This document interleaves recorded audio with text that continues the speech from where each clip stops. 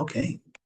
So, welcome to the kickoff of the Ending Youth Surveillance series. If this does not sound familiar to you, you are in the wrong Zoom.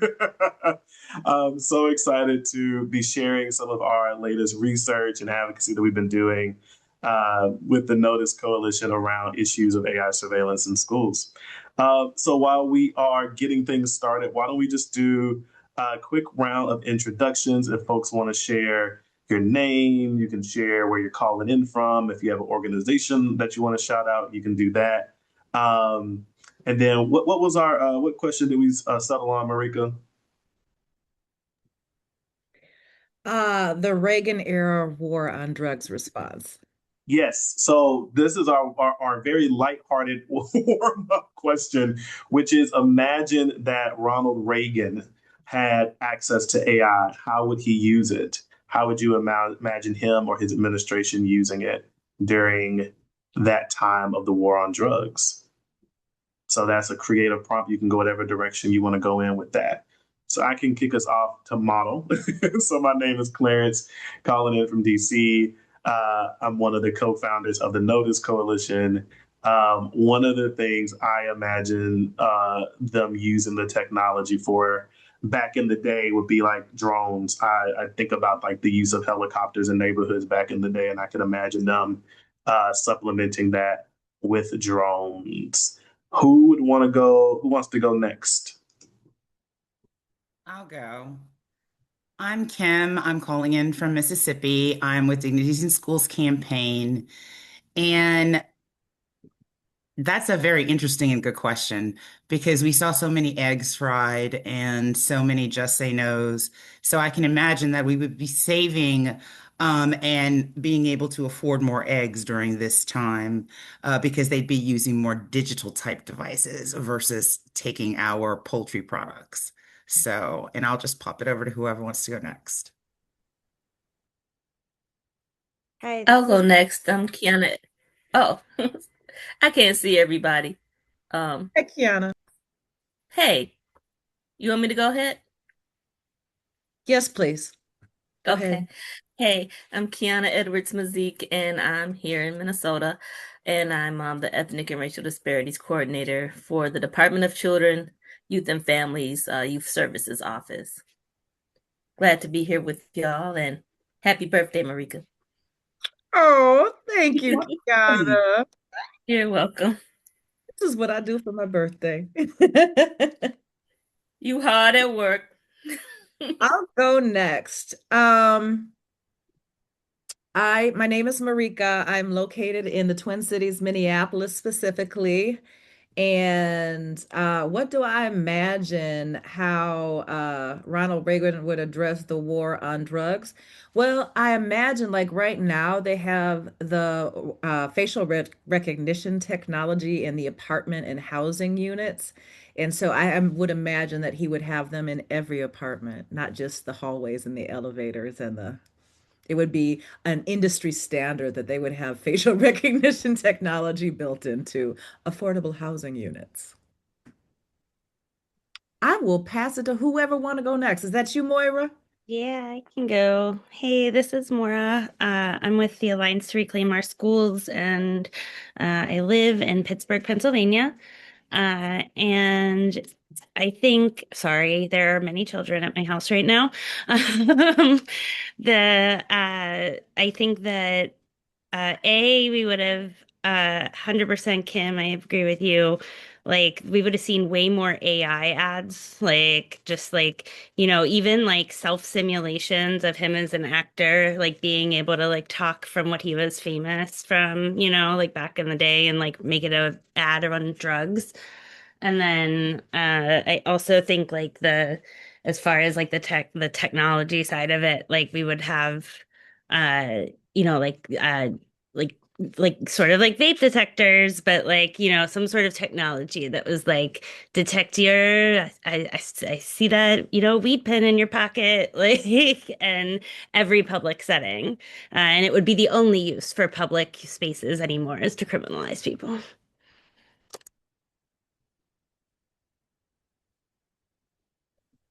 Hey folks, I can go. Oh, sorry. Go ahead, Ellie. Awesome. Hi, my name is Ellie. I am an intern with the Notice Coalition, and I think that if we integrated AI into the war on drugs, we would see more risk scoring within sentencing in order to more precisely sentence for drug-related crimes.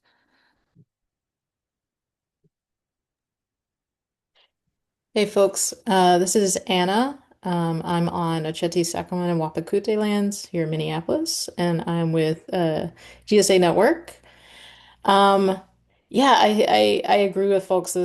He was an actor, a performer. I think we would have seen a lot of very similar things that we're seeing now. I also feel like he may have been on some sort of weird thing with the eggs still, and found a way to like work that in somehow. I just feel like that was a brainchild that he really latched onto. Check.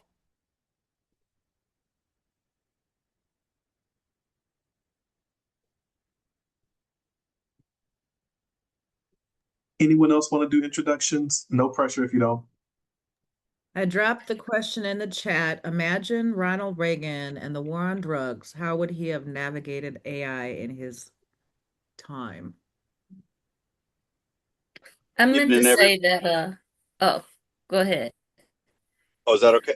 This is Robbie Callahan Schreiber. I'm calling from my car at the moment, so I'm off camera.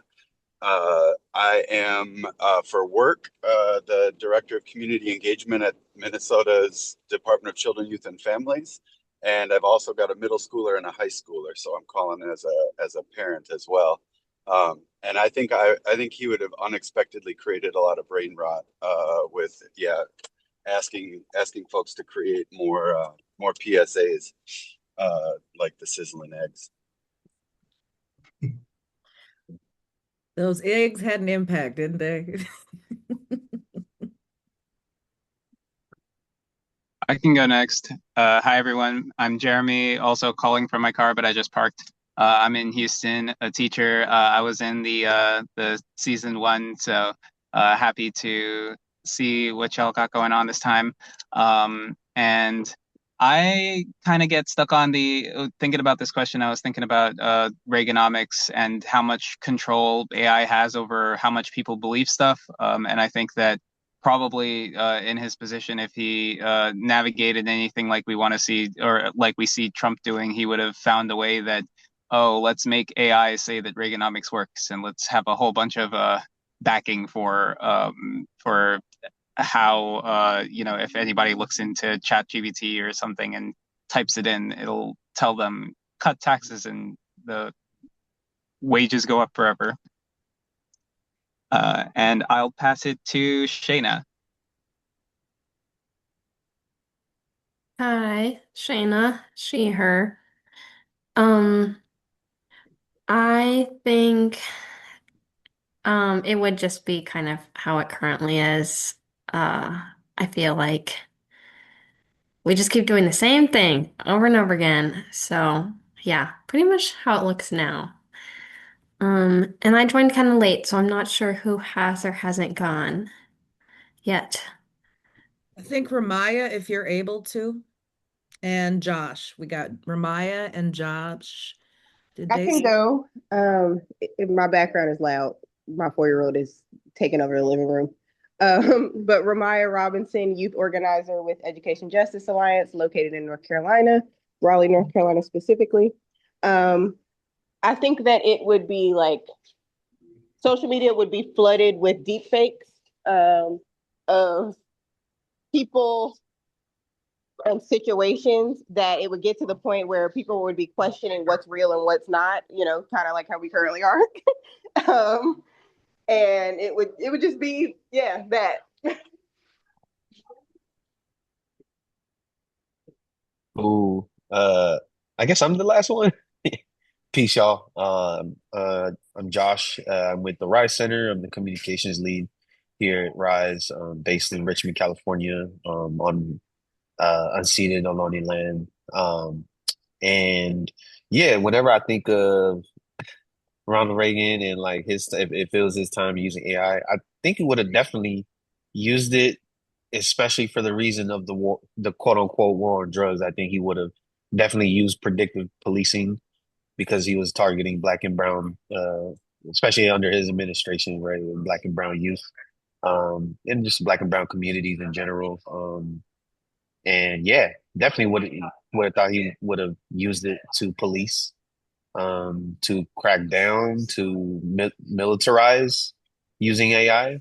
And yeah, so that's me. And I just saw my comrade Daisy hop on, also from Rise. But I was like, wait, you're not the last one. I think I am. Yes. Hi, everyone. Daisy Chacon. I'm also with the Rice Center. I'm the Education Justice Program Manager here. I am in an open space with young people right now, so I'm gonna have my camera and my mic off, but wanted to say hello. And to answer the question, very similar to what Josh said, I think a lot of it would just be used to surveillance, right? Especially in our communities, particularly young people. I think that and the use of social media, I just feel like it would for sure target all our Black and Brown youth. Thank you. Thanks y'all for sharing that, for introducing yourselves. You'll see one of the reasons we're asking that is because I think as y'all kind of picked up on, many of the ways that those technologies would have been used historically, we're seeing unfold in our communities today, and particularly in our schools. And so we're going to highlight one a particularly egregious use of AI surveillance technologies, and that is vape detection technology. We've been investigating it now for the last couple of years and have a bunch of new research and insights that we want to share with you all. But before we get into that, let's introduce a little bit of our work, and I'll turn it over to Marika to walk us through some notice introductions. Thank you. Welcome to all. For those of you who have been a part of the Notice community, bear with us because we're just going to go over who we are, what we're about, and why we are in the space tonight. Again, my name is Marika Pfefferkorn. I'm with the Twin Cities Innovation Alliance, and I'm a co-founder of the Notice Coalition along with Clarence Oko. So the Notice Coalition is a network of advocates, researchers, and organizers, and we've been building a movement to end youth surveillance in schools, and we're defending youth justice in the digital age. And we do that by co-powering and empowering Black, Brown, Indigenous, Disabled, LGBTQIA+, and other historically marginalized human beings to build liberated futures. So there is an opportunity. Do you want to drop that Substack link so that our folks can join our newsletter? Many of the folks that signed up for this workshop already gave permission for our interest in the newsletter. So we encourage you to follow us there as well. So we are a mighty force of nature, the Notice Coalition. So we have been running programs for the last year. It feels like it's been 5 years this last year, but we led the No Data About Us Without Us cohort. It was a national cohort of individuals across communities in Houston, Chicago, and Minneapolis.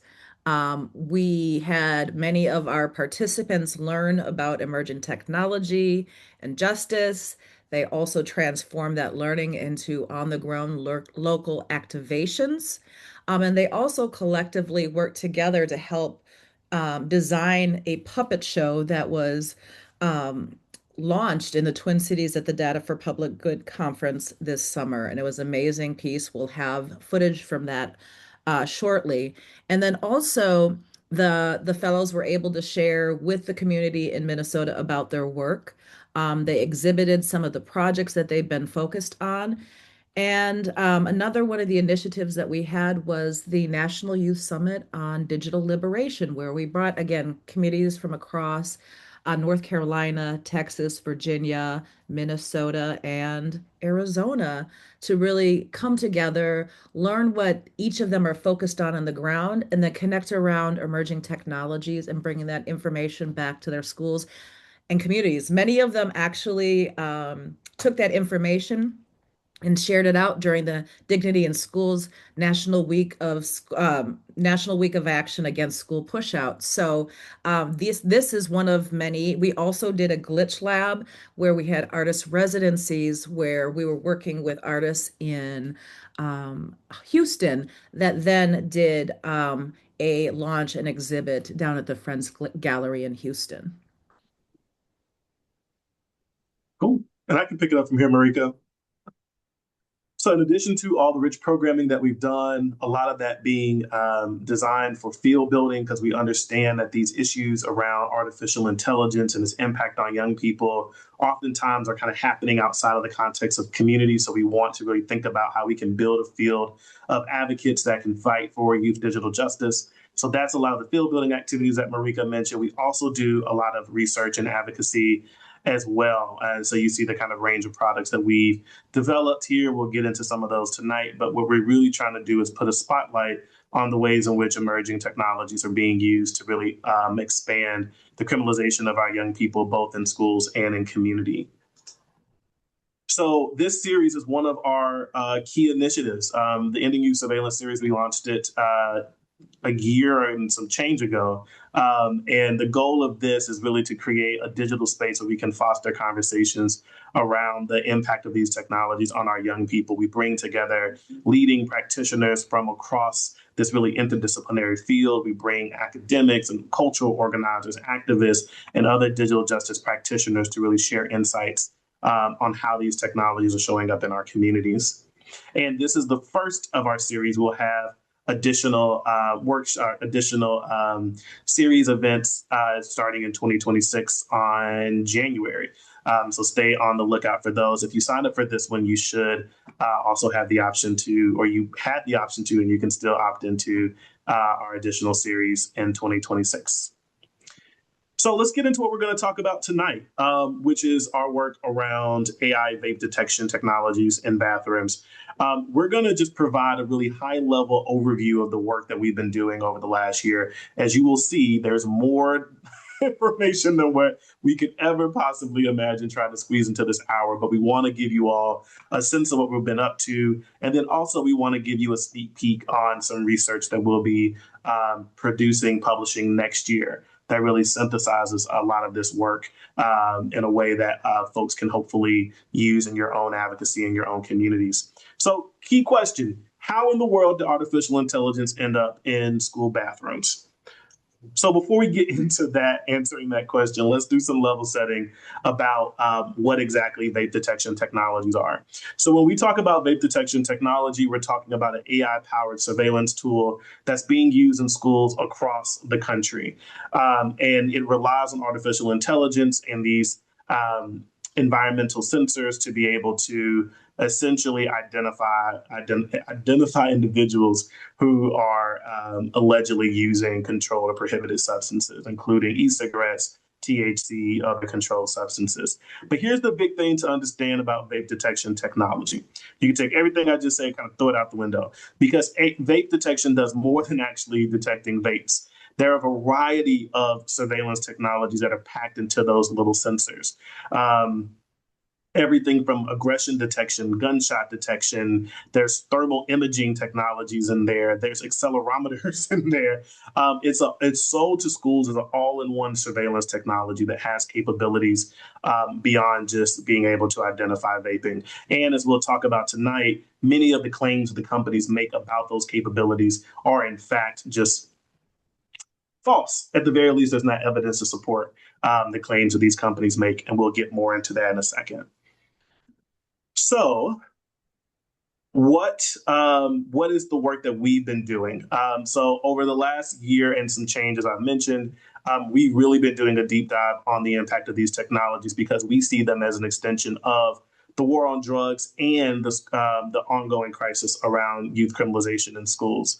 What we have done what we did in 2024 was release a report from our first round of investigation where we were able to find that vape detection technologies were growing in their use in school districts across the state of Minnesota. We found, I think, that there was about 40 some odd school districts that were using vape detection. They had spent collectively over $800,000 for the technology. We wanted to build upon that research, though, to kind of understand what do these technologies actually look like in schools? How do young people experience these technologies? What does this look like for their rights and freedoms? How are students experiencing discipline as a consequence of these technologies? So to do that, we conducted a series of interviews and focus groups with nearly 24 students, educators, advocates, and policymakers really over the last year.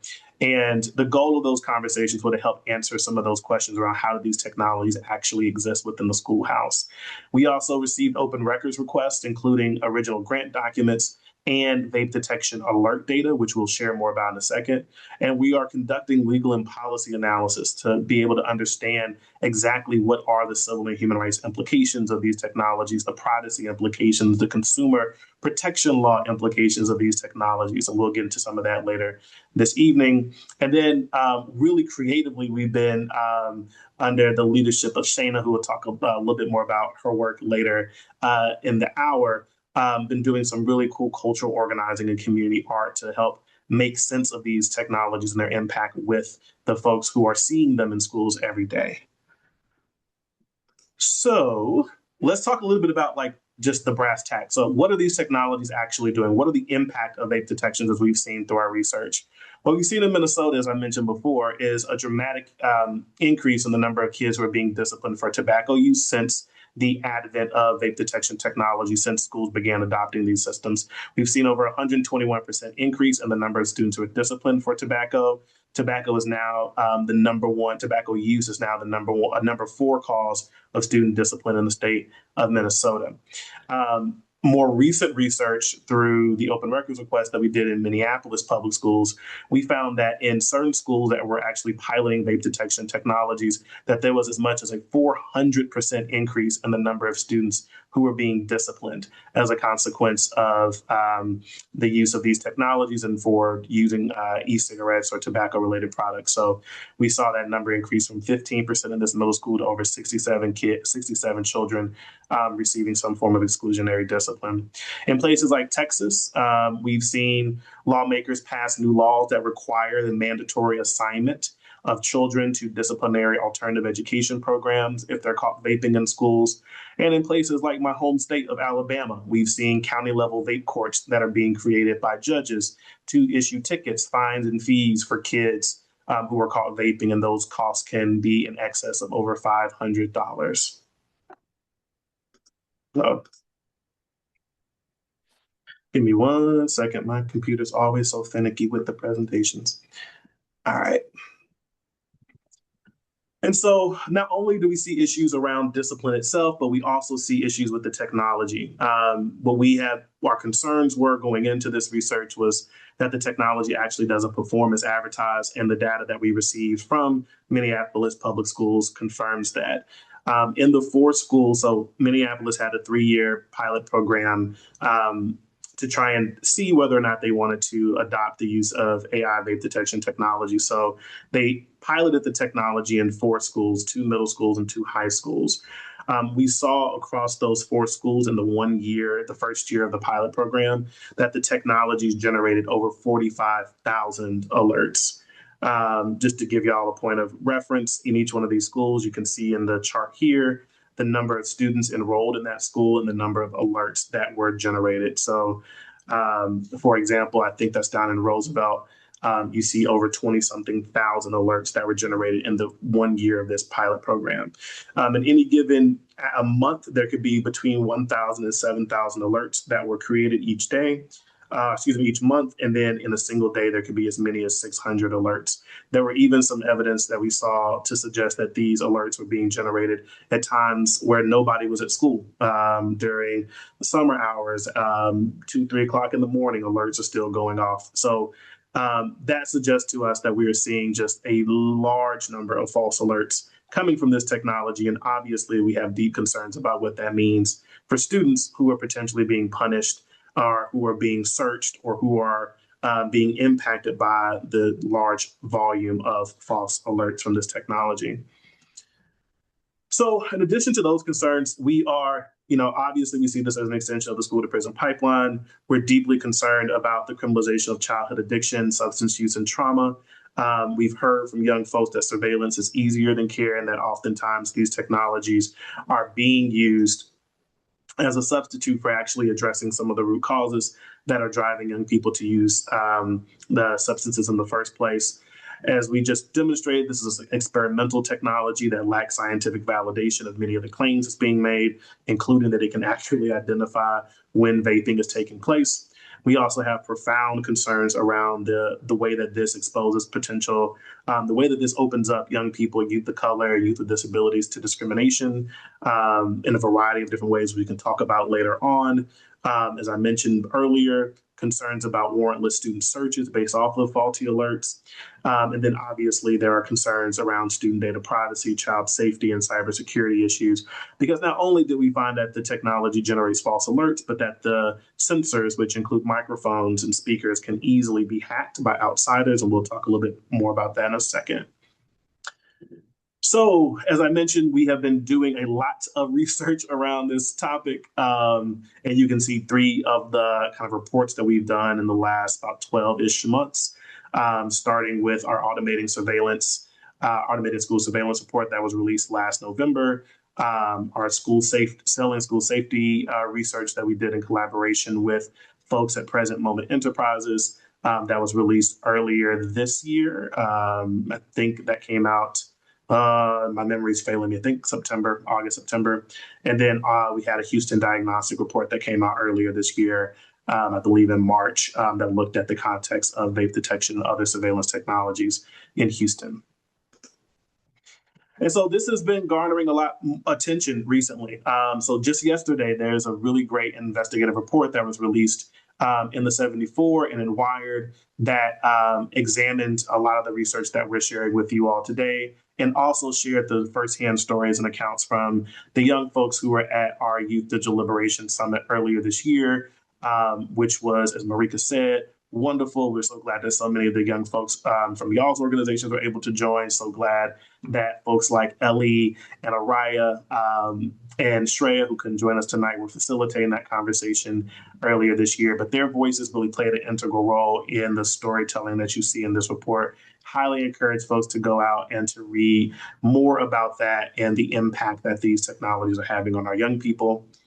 This is an op-ed that we released earlier this year in Tech Policy Press that details more of the findings that we just discussed earlier this evening. And then another piece in Wired that came out in August that looks at how easily these technologies can be hacked and the type of child safety risks that come alongside of this. They literally had a high school student work with a hacker, and they were able to figure out how to basically turn these vape detectors into listening devices. And obviously the concerns that we have for child safety, if that can happen with these technologies that are in sensitive locations like bathrooms and locker rooms. So I'm going to stop there, okay, to do a quick breather. And I will turn it over to Ellie to walk us through some of the findings of the interviews and focus groups that we did in Minneapolis earlier this year. Hi everyone, my name is Ellie. I work with Notice as an intern and got to be a part of a lot of the qualitative aspects of our most recent research. As Clarence was saying, we conducted a series of qualitative interviews in order to learn more from stakeholders who are experiencing vape detection technologies in Minnesota public schools. To complement previous research we'd done about the effects of this technology, we're very concerned about the ways that vape detection technologies may lead to abuses of privacy and civil rights for youth and families, and the ways in which they might expose students to greater discipline, criminalization, or school pushout. And these interviews gave us an opportunity to get a window into how that might play out, and how that has played out in real time throughout these school communities in the past couple of years. We came up with a series of codes throughout our process, with which we've started to understand some main themes and what these stakeholders had to say about their experiences with these technologies. And on the next slide, I have a bit laying out some of four of those main themes, which I will discuss a little bit more broadly. We were able to speak with students, teachers, administrators, school counselors, and individuals associated with all levels of disciplinary action that may occur when a student is using substances in a school space. And many of these stakeholders connected and contextualized the use of vape detection and surveillance more broadly in schools within a history of racialized control in our education system. This was specifically connected with ways in which surveillance deepened marginalization, with participants having quotes discussing the monitoring of Black and brown bodies under the guise of health. And in line with this, the use of vape detection was framed as a symptom of like broadly systematically neglected investment in public goods. This structural underinvestment in human care was noted over and over again, and teachers and counselors cited and described their exhaustion from monitoring crises without sufficient administrative support. Funding from vape detectors is diverted from social workers, and participants noted the need to counter this broad disinvestment in public welfare.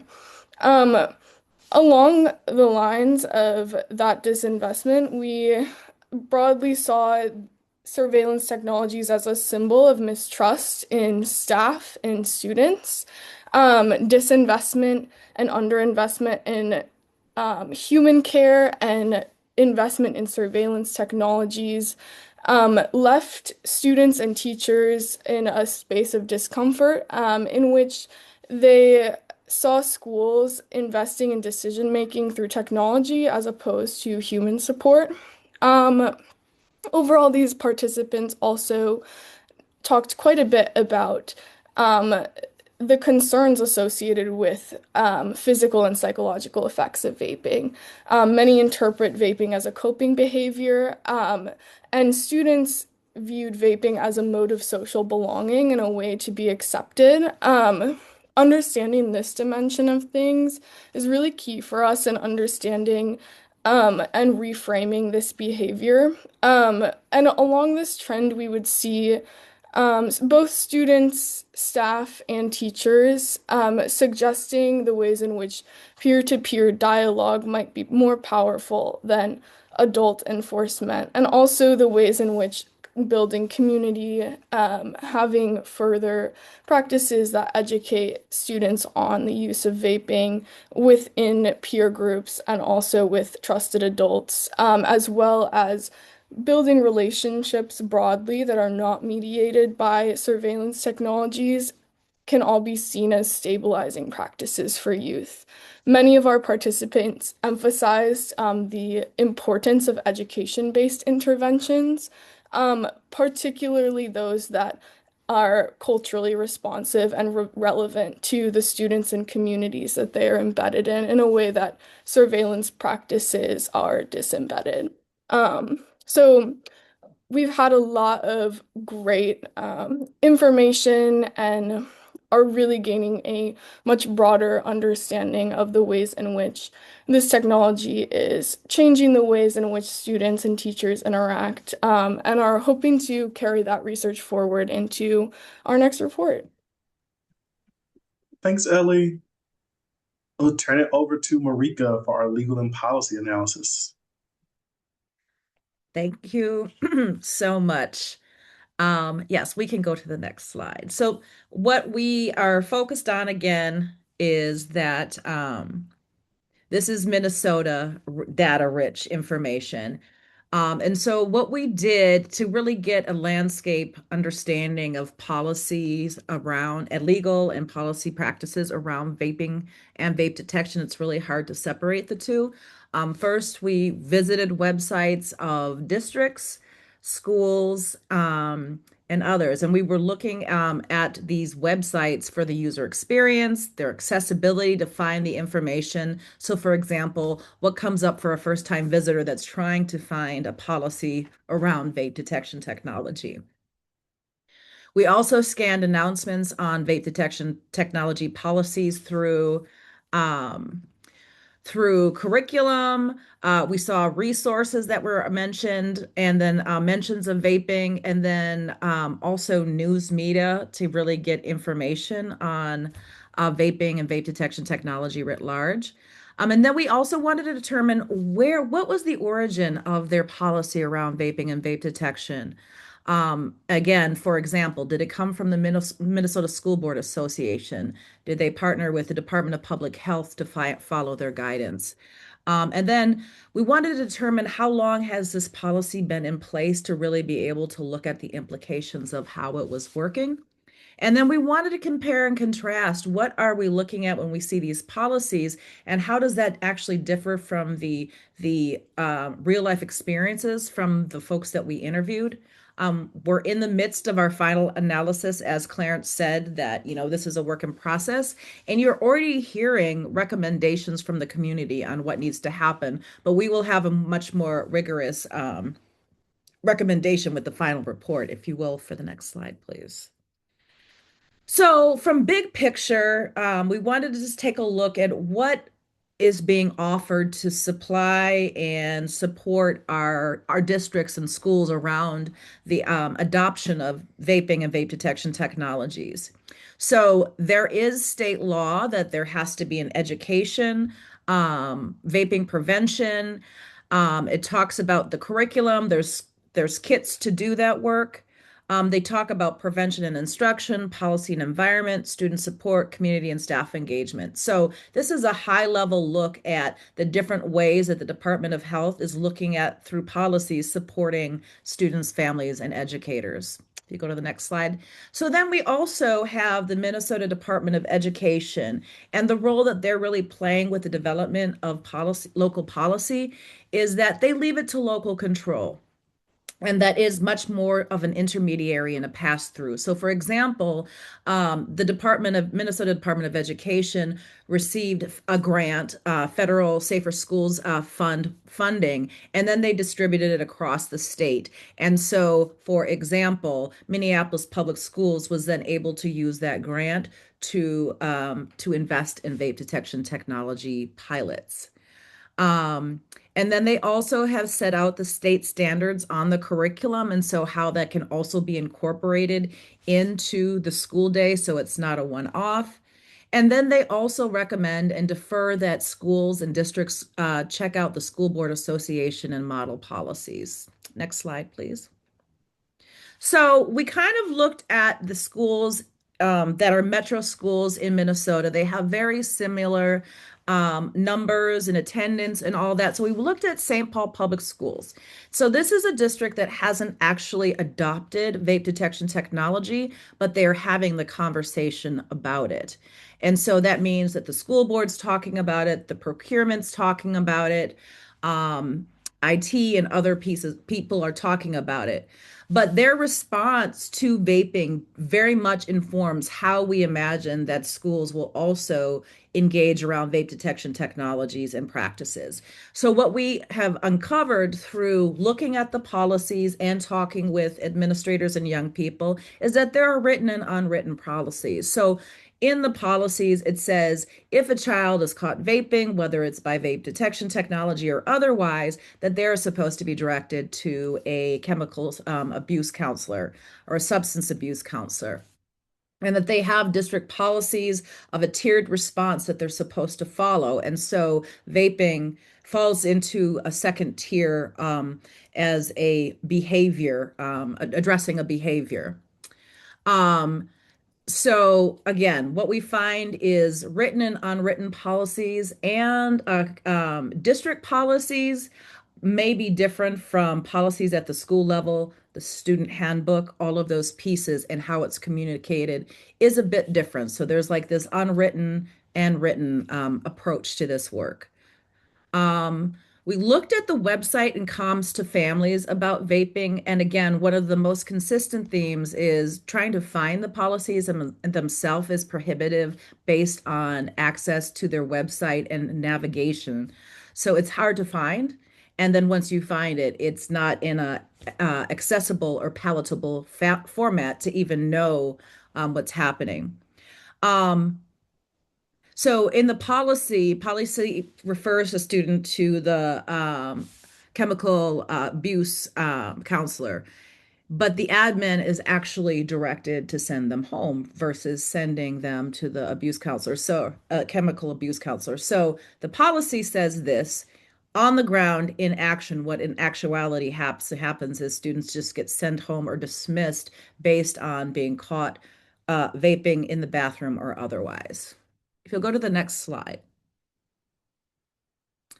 Minneapolis is a pilot school, meaning that not all the schools in the district have the vape detection technology. And this was grant funded for them to adopt this pilot through the Minnesota Department of Ed. Again, they have written and unwritten policies. They do not have a district-wide policy because it is a pilot. Each school determines their policy based on staffing and capacity. And so it is hard to determine what their actual policies are on vape detection, whereas most post the policy on vaping. And then they go into the nuance with the policy of if it's nicotine or if it's cannabis, although the response is very different depending on each of these school districts' policies. And so an analysis of the website and comms to families is limited, difficult to locate, and is not translated. The curriculum and education is not deployed consistently as is articulated in the expectation of the standards for the school district, but there is not evidence that that education is taking place. We heard back from folks that even if there is a policy in place, that there's insufficient staff training to even know that that policy exists.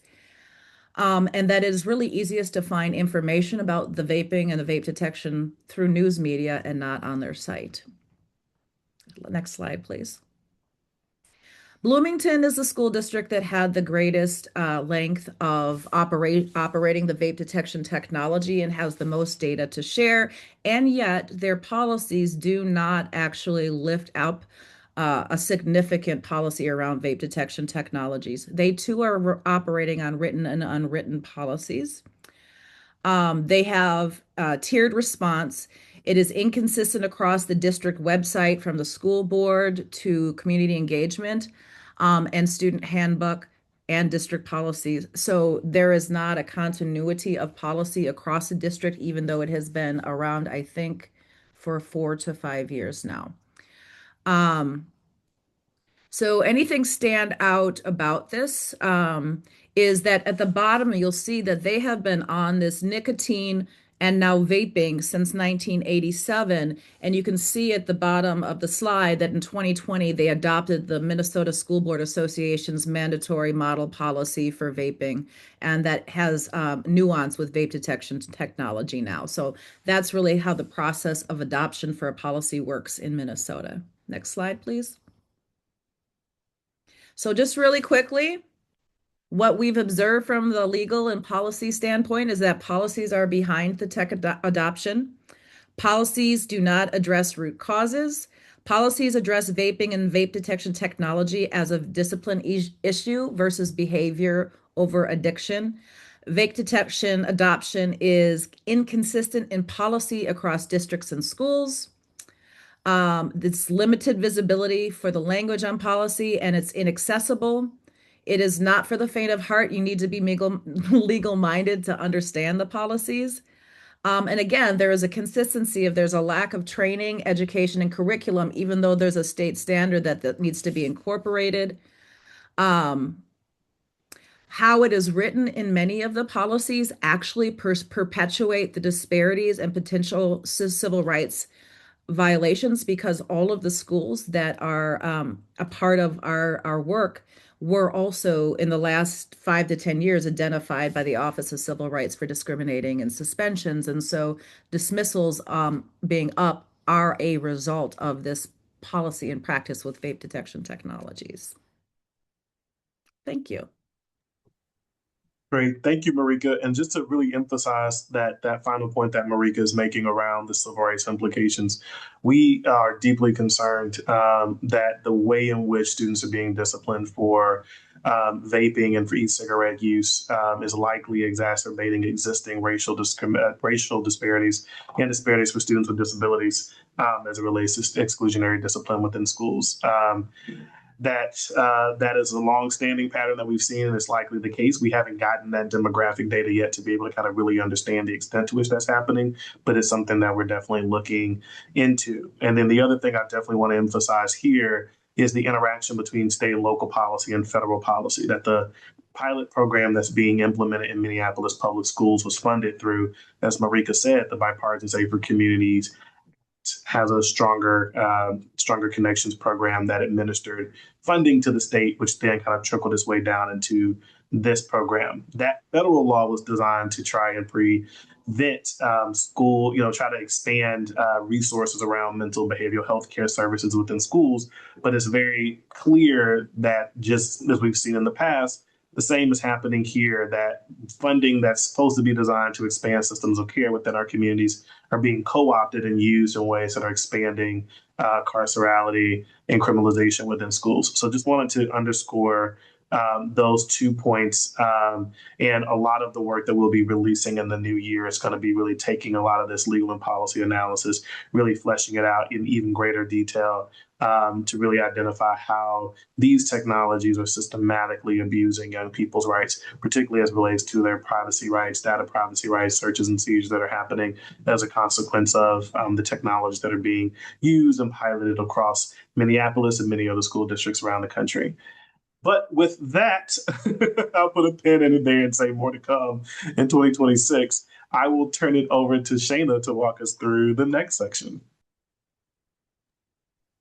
Hi, everybody. Thank you so much, Clarence and Marika and Notice, for giving me the opportunity to take place in the first, well, I think it's actually the second No Data About Us Without Us Ending Youth Surveillance Fellowship. And as Marika and Clarence kind of introduced, what I'll be presenting on is was an invitation that was sent around the country for organizers from all backgrounds to learn about the things that we're getting to learn about today and react to them. So I will be talking about my project. You can go to the next slide. A little bit about me. I am from Boston. I moved about every 4 years, so I have a lot of different backgrounds as far as living in the Midwest, living in the East Coast, living in the West Coast. I co-founded an Asian Night Market that still exists. We're in our fifth year of existence. We have about 3,000 people that attend every year. And there's a picture of us in the news in Fargo, North Dakota. It's a very white community. So a little bit about me. My start to organizing was mostly around Asian American entrepreneurship and resilience throughout the spread of COVID-19 and the rise of Asian American hate crimes, and mostly around practicing solidarity with the immigrant community as well as the marginalized communities that come before us, such as the Black community, the Indigenous community, queer communities, and yeah. So I really enjoyed this project. So without further ado, I'll start talking about it. You can go on to the next slide. So basically, throughout the process of this fellowship, I got to listen to the first iteration of the Ending Youth Surveillance project, or Ending Youth Surveillance speaker series.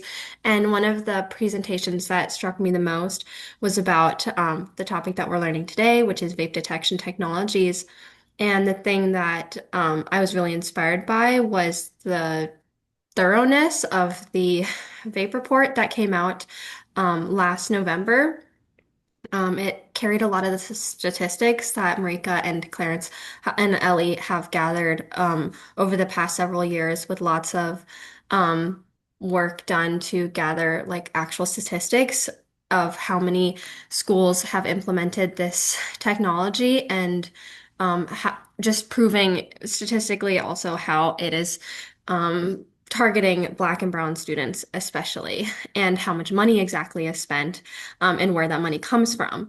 And so my thought was that this excellent report is out, but how can we get that into the hands of community members and have them understand and react to it in a way that will have a ripple effect of, like eventually, hopefully, inspiring other people to speak up about it and, talk to their teachers about it, talk to their, um, like PTAs about it, talk to their administration about it, and have those conversations. Because I truly believe if more people understood this technology, they would have an issue with it, or at least they would engage with it in a way that honors themselves more than it currently does. Um, so yeah, what I did was I am also an artist, so I use this opportunity to kind of go more into my art. One of my favorite art forms is portraiture because, like I said, a huge part of my organizing mission is to build that solidarity with the people that came before us. And for me, that's a lot of the mentors around me, like Clarence and Marika, and a lot of the educators within my life. And so I've loved portraiture as a way to kind of like create memories and create like build that sense of honor as we do for lots of other people that have received portraits across history, like presidents or lots of white people that um, maybe don't deserve portraits as much. So, what we did in order to shape these portraits about the community members that are being affected by vape detection or, are on the line of about to be being affected by vape detection is that we conducted interviews. And in my slide, I kind of have a brief description. So, we had about 8 participants. We made sure to compensate them for their time. Each interview was about an hour and a half. And in that interview, it was me, myself as the interviewer, as a community organizer. It was themselves, and then kind of like a vape detection expert per se, which is somebody from TCIA or Notice Coalition. Ellie joined in, Araya joined in. Basically somebody who is like a subject expert on vape detection. And then we took the time to first have the interview, get to know them, get to know why it is that they're involved in youth work, get to know why it is that they're interested in this topic even to begin with. And then the second half of the interview was about kind of introducing the vape report, talking through it, and lastly, getting their reaction and asking them what they aspired to kind of like create that would counter vape detection. Like if they had unlimited resources, if they had all the time in the world, what would they build that would push out vape detection as means to this public health crisis? Um, and so yeah, that was the interview process. You can go to the next slide. Um, we had a really great amount of like gathering of people that we interviewed, from students to teachers to youth mental health specialists, all these people being BIPOC, of course, restorative justice practitioners, parents, and even a data and reporting associate. And so we're able to get, yeah, like a really diverse range of understanding when it comes to surveillance and those technologies and data. It was a huge honor to be some people's like introduction to this technology. And these are kind of some examples of portraits that I have done on the sidelines while I've been doing this vape detection report. The picture of me to the right is actually one of the finished portraits of one of the members. A key aspect, these portraits aren't, but one of the key proponents of my portraiture project is that these portraits are anonymized, meaning that although we are trying to like honor this person and bring attention to this person, it will not be able to be identified or traced back to the person that actually gave the data, thus like making it safer for that person to be themselves and be candid in their experience and their reactions to the technology. And then, yeah, while I was doing this, some of the major challenges that I had were The interviews were so rich. And that's thanks to like everyone that was in the room, Ellie, Araya, like all the people that were there and really giving them a lot to react to. And also the community around Minneapolis, the educators, just the amount of people that youth have to look up to. They have so much grace and like passion and motivation to be doing the work that they do. And so there was a lot of really strong reactions and emotions to the information that we were sharing, as I'm sure you guys might feel having learned all about vape detection technologies. And then the other challenge I had was actually being able to interview a youth that has been criminalized through vape detection technology. That would be overall like a great asset to our understanding of how being able to illustrate how vape detection has affected our communities. And then the last part is audio dictation. It was really hard from doing those interviews to create transcripts. I haven't worked with this scale of research very much, and so it's been really neat seeing the struggles that there are with building out accurate reports like this. And so, yeah, I will show you guys one of the portraits I'm working on now in the next slide. And so this is a digital interpretation. So the next step after we create the interview is to have that transcript made as accurate as possible and then pull out quotes that both reflect their ambitions and who they are as a person and the experience that guides their reactions and that dialogue. And then secondarily, the actual dialogue that's created in response to that vape detection. So the yellow is just kind of more context about who they are. And the communities that they stand with, and then the red is their specific reactions to vape detection. And so I've kind of put blue strings to the quotes of like where in my portrait that is referenced. So for example, you see like there's a bus in there. And the part in the interview that I'm referencing through this photo is the participant talked a lot about how city infrastructure is being made more expensive. It's not accessible, and how if there was to be a more robust inner city experience whereby there's museums and libraries and things for kids to do for free, then they would be able to live more enriched lives. And then, for example, what's another one? This subject particularly talked about how much they love storytelling and how a big reason that they got into education was because they didn't have stories that reflected where their family came from, and teachers were their biggest motivation to learn and to succeed is because teachers were the first people that pour into them. So that's why I have a stack of books and an apple, and I also have Nigerian art at the top, which is covering that eye, which is also referencing how they mention that society views youth as an issue or something to kind of like put behind bars rather than as participants or as change makers to society, which is why I place them behind this symbolism of barbed wire, which I did some research on. Next slide. And then, yeah, even more into their reactions to vape detection.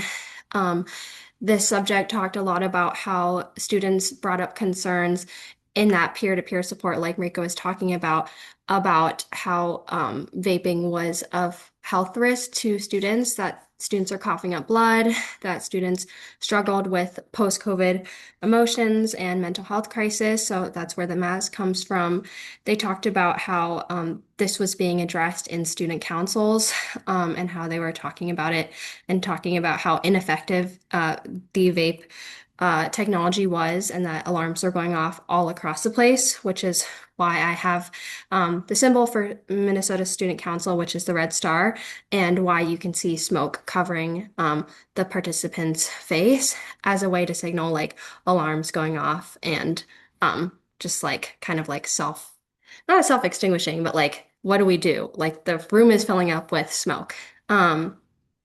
And then, yeah, so everything in these portraits kind of references something that I was inspired by in their story. And in the art piece, you'll be able to see, you'll have this turned into a crayon art. This is just the digital draft of it as I was working with Clarence and Marika and gathering feedback from them as to how the audience can read these themes. And then it'll be alongside the quotes so people can kind of see the influence of what those symbols mean and where they were derived from in that interview. So yeah, this is kind of a draft. And then you can go to the next slide. So the end goal of my work is to eventually have an exhibit whereby anybody can learn about vape detection. I think that this is a very difficult thing for people to kind of like begin a conversation around or even understand. And I think one of the things that I've loved about portraiture growing up is that it's so it's just a beautiful picture of somebody. And it doesn't always mean something grand, but it does create such a strong image in your head, like the iconography of some of the most famous people that we can imagine, like Mona Lisa or Andy Warhol or like The Scream. Like those icons can kind of like be traced into our head forever. And I want people to have this moment in time where vape detection is infiltrating our schools to be carried in that same way. And so I want this exhibit to ultimately be available for a long period of time, like maybe like 2 weeks to a month in this coffee shop. I want to make sure that it's publicly available. You don't have to pay to see it. I would love for it to be like a traveling opportunity. I've already had the opportunity to present it to the Data for Public Good conference, but I would love to present it to any group, especially as vape detection continues across the country. And some significance as to why I'm hosting it at Bachota Coffee Shop is because Bachota Coffee Shop, for those of you that aren't in Minneapolis, is in George Floyd Square. And just South Minneapolis in general is a heavily surveilled community. I put some articles here about how artificial intelligence and surveillance has showed up in our community. Uh, Software called Gaggle, which was used especially during COVID to try and screen students so that they could keep track of student health concerns, mental health concerns, leaked information about queer students to their parents. And that was something that actually created like a lot of concern by queer students. And so The Southerner is a South Minneapolis publication by students and empowered them to understand the implementation of technology throughout themselves as students. And as well as during the George Floyd protest, Minneapolis police was actually investigated by MIT because they were found to have created domestic online spies to spy on George Floyd protesters. And so, yeah, kind of some context about especially why I chose South Minneapolis. I also have lived in South Minneapolis for some time and really enjoy calling it home, but unfortunately it has been viewed as like an at-risk, like as a place where predictive policing has historically taken place, unfortunately, and of course will become a huge place for this technology to exist should we not speak up against it. So yeah, thank you for the opportunity to share my research. It is ongoing. The fellowship ended around May, but like I said, some of the challenges have really opened up more potential and opened up a lot more dialogue and things to think about than originally intended. So I look forward to working on these 8 portraits. It will be in the end. This is just one of them. So I hope if you guys are curious about it, you can sign up for the newsletter with TCIA. As well as check their website. All of my portraits will be on the TCIA and Notice Coalition website when they're ready. Thank you, Shayna.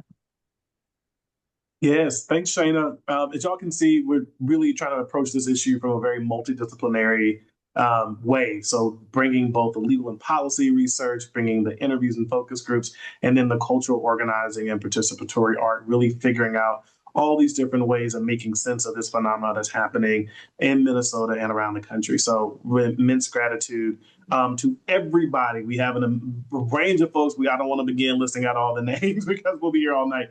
But we have so many folks, including the folks on this call, who have been really instrumental in allowing for us to really pull together this research, this evidence, and be able to tell a really compelling story about what's happening and to begin to imagine the types of solutions and strategies that can respond to the scale of the harms that we're seeing. I want to stop here because I know we are close to time and we want to give as much time as possible for questions. So what questions do folks have for our crew? And I'll pull up the chat as I'm looking as a way for folks to ask me questions.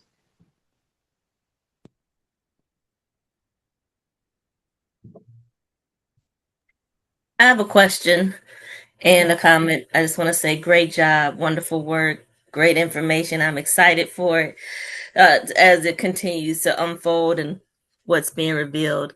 My question is for Shayna. Shayna, are you interested in taking the artwork out of Minnesota? Yes, I would love to, especially as there's like varying degrees of criminality. Like Marika said, to vaping, for example, in Texas, if you have a vaping record, you are expelled from your school. So I definitely see this as something that might not be such a big deal across the country, but it will escalate eventually. So, yes, thank you, Kiana. Okay, well, I'll definitely be keeping you in mind. I got some thoughts percolating about where you could possibly have an exhibit. Very good. We're here for that. And in the chat, Jeremy said, "Bring it to Houston. Come on through to Houston." Amazing. Yeah. I had a question too. Incredible work, y'all. Really appreciative of this. And of course, happy birthday, Marika. I had a question for you. The information that y'all put together was like, really powerful, really amazing.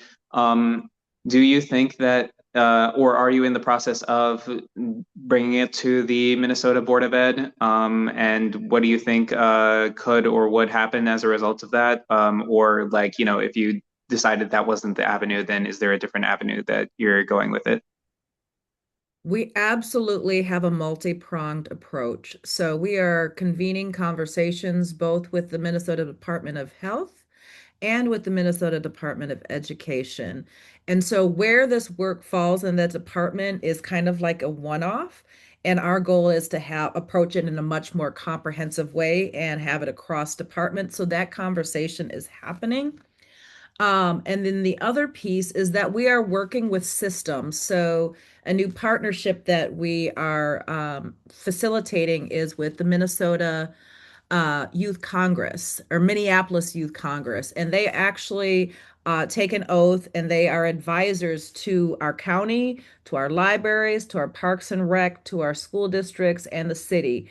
And so they are taking this information and they're bridging it, and they are also going to be coming up with recommendations for all of these institutions to really, we've got the research, we've got some solutions, recommendations, and how do we deploy it in a way that is responsive to the actual root issues here that we're navigating. And that is that young people are turning to vaping because they've been targeted, and they're also navigating tumultuous times and still recovering from this pandemic. And so again, our goal is to help people embrace this through a holistic approach that does include policy, that does include practice, and training and curriculum.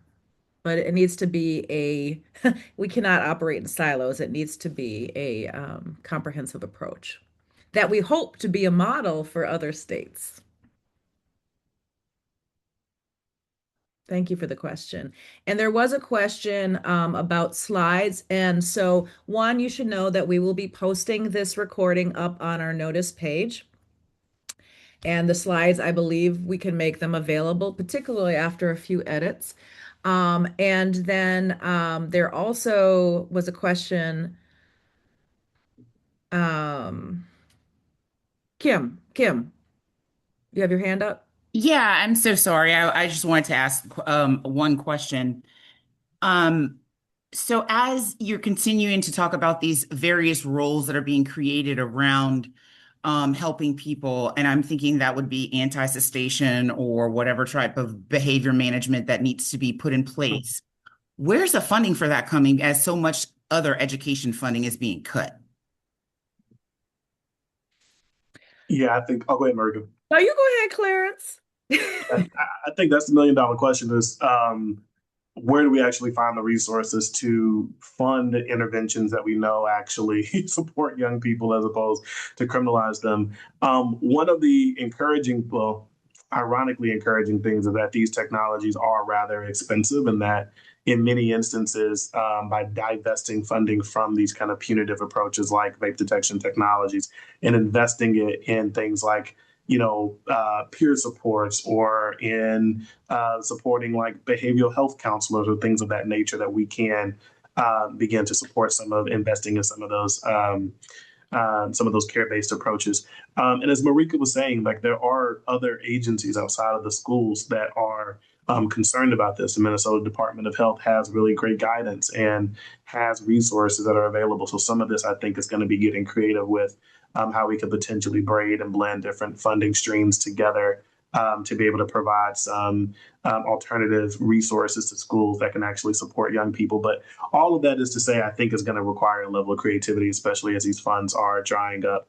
But there are those resources that are out there, particularly that are being sunk into these types of experimental approaches that can be reappropriated for other uses. In fact, the very same grant program that funded the vape detection pilot program also funded the behavioral health counselor that the school district was using for student substance abuse supports. So it just kind of shows that like there really were a set of policy choices that were made to invest a pot of money into experimental technologies rather than investing all of this into staffing to support the scale of need of kids who are vaping and turning to other substances. Yes, Maura. I agree. Tax them.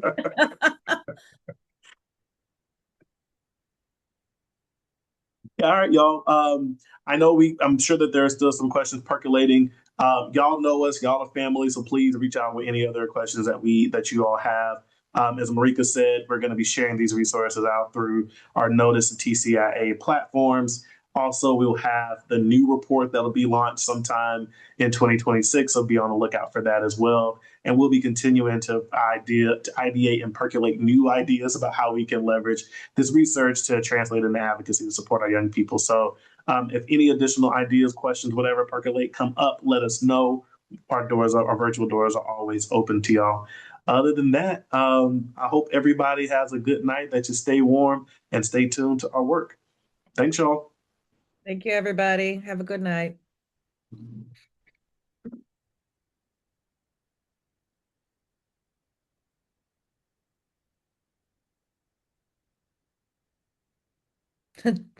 Jeremy couldn't figure out how to cancel out. Okay. Bye, Robbie. Thanks for making the connection with the Minnesota Department of Children and Families. That will be a good one. Okay, bye. Great job, y'all. Glad that we got it. Oh, let me stop Dana recording. was so good.